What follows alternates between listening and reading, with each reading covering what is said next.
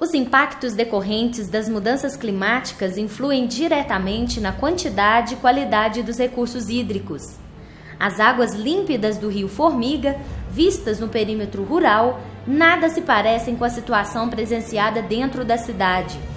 A quantidade de lixo jogados no leito do rio e de esgoto lançado na água não só denigrem a aparência da cidade, mas são sinal de alerta e podem prejudicar o abastecimento de água no município, já que a água que chega para 80% da cidade vem do rio Formiga. O rio Formiga, e na maioria das cidades de Minas, que não possui tratamento de esgoto, antes de entrar no perímetro urbano, às vezes são rios que possuem bons volumes de água, às vezes são rios que possuem boas qualidades. Chegam na cidade, eles sofrem com todos esses esgotos, esses maltratados, esses tratamentos inadequados que nós damos ao curso d'água, e dentro lá cai a qualidade de água. A água, ela não acaba. O que acontece é que a água muda de lugar. E um dos fatores que contribui para essa mudança de lugar da água é exatamente o manejo inadequado que se faz. Esse manejo inadequado, ele reduz a disponibilidade da água. Uma água que num passado, há 20, 30 anos atrás, supriria perfeitamente as necessidades de uma população de 100 mil habitantes. O que acontece com o rio Formiga e outros cursos d'água que abastecem o tratamento de Formiga é que a falta de um planejamento a médio e longo prazo vai acarretar essa diminuição no volume, e isso sim pode comprometer o abastecimento da cidade, ainda que a população não esteja crescendo tanto. Se Formiga fosse uma cidade maior, nós teríamos problemas muito mais sérios, muito mais complexos de abastecimento de água. A degradação dos cursos d'água é um problema causado não apenas por dejetos despejados no decorrer de seu leito. O problema pode muitas vezes começar ainda na área rural, onde o rio está localizado. Exemplos não faltam que contribuem para a degradação dos cursos d'água. O primeiro fator que contribui para a redução do volume de água é a natureza do próprio rio. Cada rio tem as suas características. O segundo fator, além da natureza do rio, é o manejo que nós fazemos nas encostas.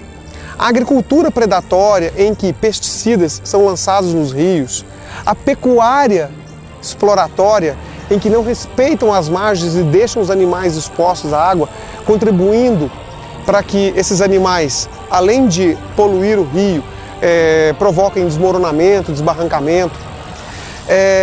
O excesso de esgoto, a falta de educação da população que atira lixo, garrafas PET, pneus, sacos plásticos, tudo isso contribui para a diminuição da qualidade química e biológica da água.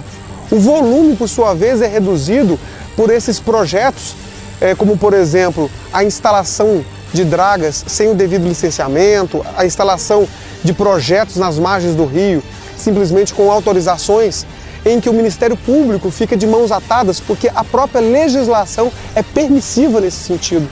Então, o que nós observamos é que há uma necessidade conjunta, uma articulação de diversos poderes para que esse tipo de coisa não aconteça. A própria população que critica é a própria população que contribui para poder diminuir a qualidade do rio e diminuir o volume. A intervenção humana nos processos naturais são ainda mais graves do que se imagina. O que resta do rio Formiga no perímetro urbano é uma pequena e tímida lâmina d'água completamente imprópria para consumo e inadequada para que espécies animais sobrevivam. Como nós estamos observando nesse ponto aqui, o rio está bem avançado dentro da cidade e a turbidez da água extremamente elevada. Ou seja, a resistência à passagem de luz como sendo um indicativo de poluição. Podemos observar dessa forma que a contribuição dos esgotos domésticos, do esgoto industrial e das outras formas de maltrato que o rio vai sofrendo, como, por exemplo, a ausência da própria mata ciliar e a carência que tem de projetos. Isso resulta numa perda muito grande de qualidade da água, o que compromete, inclusive, os níveis de oxigênio e a própria sustentabilidade do rio. 16 córregos desaguam no rio Formiga. Laser lembra que para conservar a vida do rio, é preciso atenção também para com estes pequenos cursos d'água. Nenhum rio já nasce grande. Todo rio começa num ponto muito pequeno, uma nascente, também chamada de olho d'água, também chamada de mina. E a união dessas nascentes é que vão futuramente constituir o rio. O rio Formiga possui uma série de nascentes. Essas nascentes se interligam em córregos menores e esses córregos menores contribuem como sendo afluentes para poder constituir o leito principal do rio. A preservação dos afluentes, dos córregos, dos mananciais é fundamental. Não adianta preservar somente o rio principal e começar a tratar um problema local.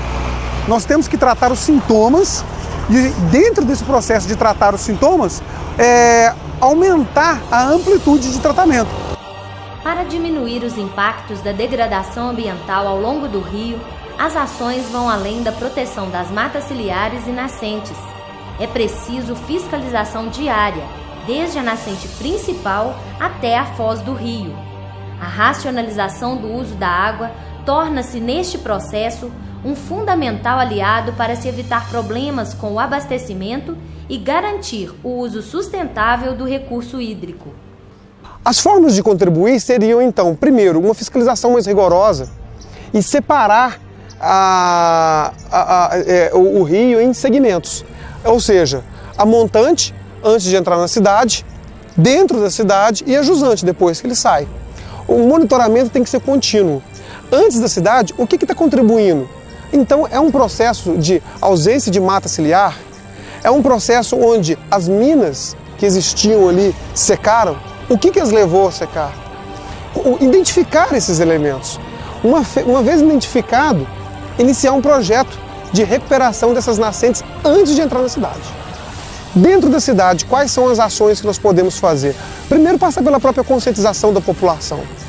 Feito esse processo de conscientização, nós temos que cobrar das autoridades o funcionamento de uma estação de tratamento de esgoto, um sistema de coleta de esgoto. E, feito esse processo de tratamento de esgoto, nós temos que nos preocupar com a saída.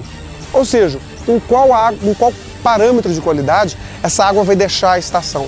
Dentro da cidade, o processo começa com a conscientização da população e, obviamente, a intervenção do Ministério Público no sentido de fiscalizar essas políticas de cumprimento do Programa Nacional de Resíduos Sólidos, a Agenda 21, com a qual o Brasil foi signatário. Nesse programa da Agenda 21, se estabeleceu o compromisso de que municípios brasileiros possam tratar o seu esgoto. A cidade de Formiga ainda não possui, assim como muitas cidades brasileiras, uma estação de tratamento de esgoto, embora ela esteja em construção. A partir do momento que o esgoto deixar de ser lançado diretamente dentro dos cursos d'água, entra a população no sentido de colaborar, de não evitar jogar dejetos maiores. Pneus, garrafas, plásticos. Rio não é cesta de lixo. Então o rio tem que ser bem tratado para que, numa articulação entre a sociedade, o poder público e todo mundo, a comunidade que cerca o rio, fazer voltá-lo às condições de potabilidade, às condições de aproveitamento de água. Então o primeiro passo que nós podemos fazer não é simplesmente apontar os culpados, mas simplesmente começar dentro da nossa casa a racionalizar o uso da água.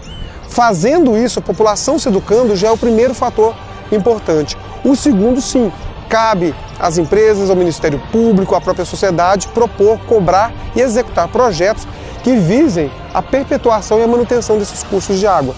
E diante das adversidades causadas pela população, o rio Formiga demonstra, através dos pequenos peixes, que a vida depende apenas da conscientização humana de deixar para gerações futuras um mundo melhor.